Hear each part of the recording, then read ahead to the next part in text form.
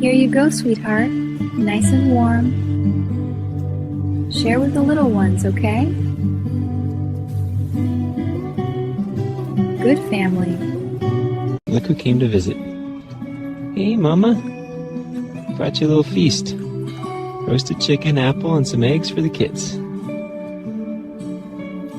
There you go. Eat up, little ones. Hey there, dinner time. This one's for you. Careful. Good job. There's more here, little ones. Take your time. Want another? Here you go, bud. Everybody eating? That's a good family meal. Hey, buddy, want some dinner? There you go. Got a piece for you, too. And you, little one. Nice and warm. One more for Mom. And Dad. Good family. Eat up, stay warm. I'll bring more tomorrow.